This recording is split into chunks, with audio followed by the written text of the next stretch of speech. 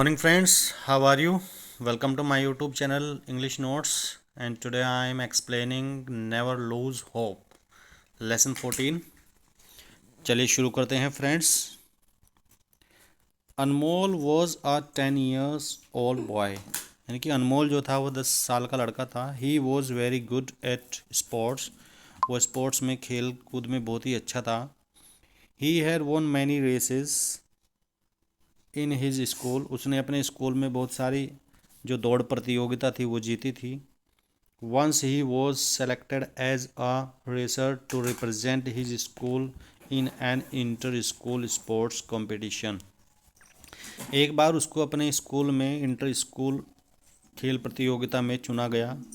ठीक है, उसको रिप्रेजेंट करने का उसे मौका मिला. दो he was a very good racer. यद्यपि वह बहुत ही अच्छा धावक था, दौड़ने वाला था. Yet he felt nervous. फिर भी उसे उदासी सी हो रही थी, नर्वस हो रहा था. वो फील कर रहा था कि कहीं मैं हार ना जाऊं. As the competition would be very tough. क्योंकि जो कंपटीशन था, प्रतियोगिता थी, वो बहुत मुश्किल होने वाली थी. टफ का मतलब मुश्किल होता है फ्रेंड्स यहाँ पर. Just then he saw a small ant carrying a grain of sugar. तभी उसे एक छोटी सी चींटी दिखाई दी जो एक चीनी का दाना उठा करके ले जा रही थी.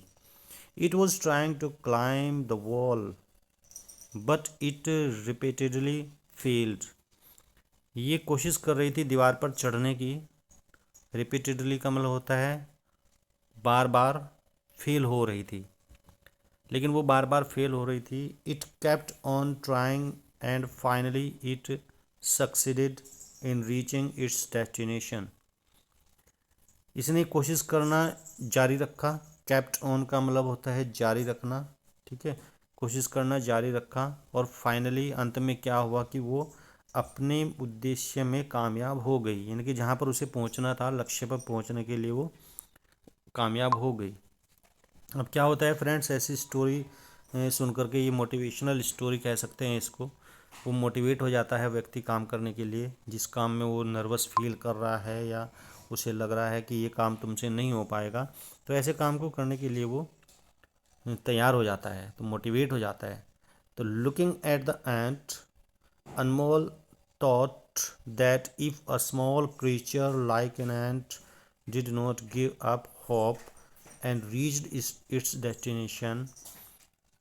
उस छोटी सी चींटी को देख करके अनमोल को ये लगा कि जब एक छोटा सा प्राणी जो है वो अपनी उम्मीद नहीं छोड़ता है. गिव अप होप का मतलब होता है उम्मीद छोड़ना.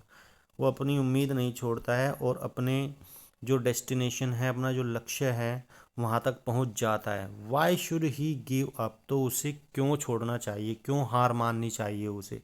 गिव अप का मतलब होता है हार मानना. He must not lose hope and courage. उसे हिम्मत नहीं हारनी चाहिए, नहीं उम्मीद छोड़नी चाहिए. He should try his best to achieve his goal. उसने अपने गोल को प्राप्त करने के लिए, अपने लक्ष्य को प्राप्त करने के लिए सबसे बढ़िया प्रदर्शन करना चाहिए. तो from the next day onward, अगले दिन से ही, from the next day onward यानी कि अगले दिन से ही started practicing more and more. उसने और ज़्यादा प्रैक्टिस करनी शुरू कर दी. In the final race he ran confidently. और फाइनल रेस जो होती है उसमें वो बहुत ही ज़्यादा कॉन्फिडेंटली यानी कि आत्म उत्साह से जो है वो उसमें लग गया. And stood second among 10 participant. यानी कि जो फाइनल रेस थी उसमें वो बड़े आत्मविश्वास से दौड़ा और सेकंड स्थान पर आया. जिसमें कि 10 पार्टिसिपेंट्स थे, 10 प्रतियोगी थे, यानी कि 10 दौड़ने वाले थे. उन 10 दौड़ने वालों में उसका सेकंड स्थान आया.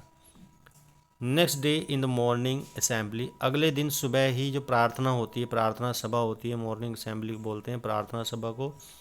The principal praised Anmol and all the children clapped for him. Principal ने अनमोल की प्रशंसा की. प्रेज्ड का मतलब होता है प्रशंसा करना, और बाकी सभी बच्चों ने उसके लिए क्लैपिंग की, तालियां बजाई. His parents and teachers felt proud of him. और उसके टीचर्स और पेरेंट्स ने उस पर गर्व महसूस किया.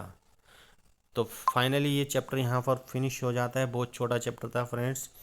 परफॉर्मेंस मैटर नॉट पोजीशन और प्लेस, यानी कि जो आपकी परफॉर्मेंस है वो मैटर करती है, ना कि पोजीशन और प्लेस, यानी कि आपको कौन सा स्थान मिला है, कौन सी पोजीशन पे आप हो, ये ज़्यादा महत्व नहीं रखता है, बल्कि आपकी परफॉर्मेंस महत्व रखती है कि आपने कहाँ से कहाँ पर आप पहुँच गए।